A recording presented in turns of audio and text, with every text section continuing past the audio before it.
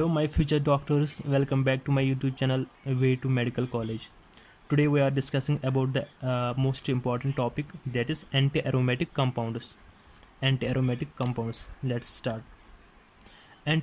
Aromatic compounds. तो anti aromatic compounds के लिए क्या होना है, चाहे 4 कंडीशंस फॉलो करने चाहिए। कोई भी कंपाउंड हम तभी बोल सकते हैं ये एरोमेटिक है या एंटी एरोमेटिक है। एंटी एरोमेटिक के लिए ये 4 कंडीशंस फॉलो करने चाहिए। कंडीशन नंबर 1 साइक्लिक होना चाहिए। कंडीशन नंबर 2 प्लेनर होना चाहिए। Planar date is sp2 hybridisation होनी चाहिए। Condition number 3 complete delocalisation of pi electrons होना चाहिए।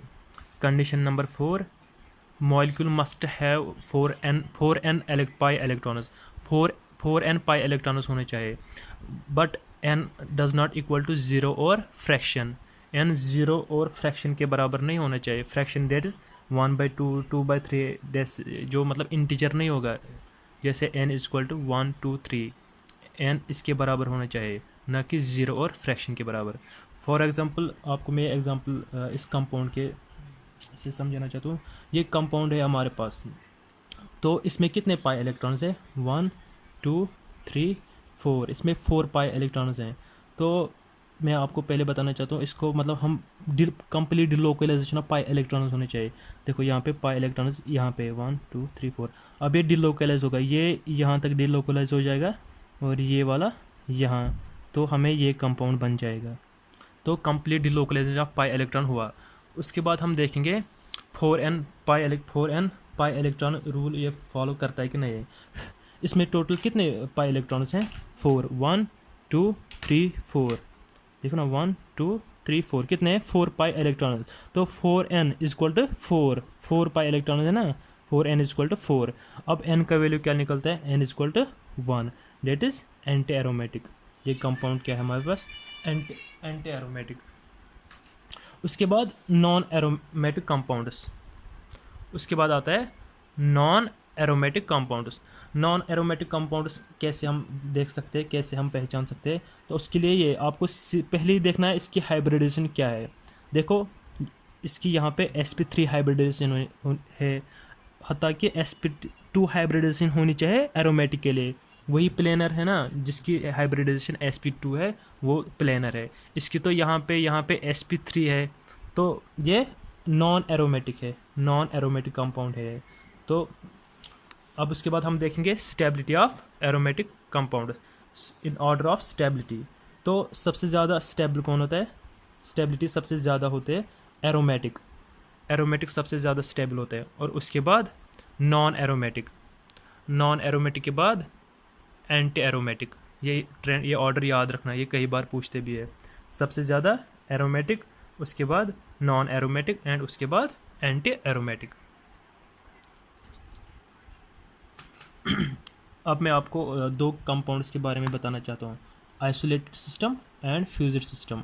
आइसोलेटेड सिस्टम किसको बोलते हैं हम, जब हमारे पास एक कंपाउंड है जो इस फॉर्म में हो, 2 रिंग से वो इस फॉर्म में जॉइनड हो। देखो ऐसे बेंजीन प्लस ये ऐसे जब हो फॉर्म ऐसे फ्यूज्ड हो, तो उसको हम बोलते हैं आइसोलेटेड सिस्टम। तो आइसोलेटेड सिस्टम में क्या देखते हैं हम, पहले देखते हैं एक रिंग अलग अलग, इसमें हम अलग अलग देखते हैं। जैसे पहले आप ये पढ़ो, in isolated rings pi electrons are counted separately.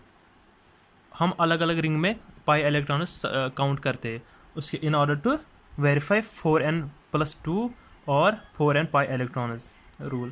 If one ring is aromatic, then the compound is treated as aromatic. देखो यहाँ पे हमें ये आइसोलेटेड सिस्टम है, इसमें 2 रिंग है, तो हम पहले एक रिंग के पाई इलेक्ट्रॉन्स काउंट करेंगे। उसके बाद हमने फॉर एग्जाम्पल देखो 1 2 3 4 5 6, तो 4n+2 इज इक्वल टू 6, तो n is equal to 4/4 is equal to 1, n is equal to 1, that is it is aromatic.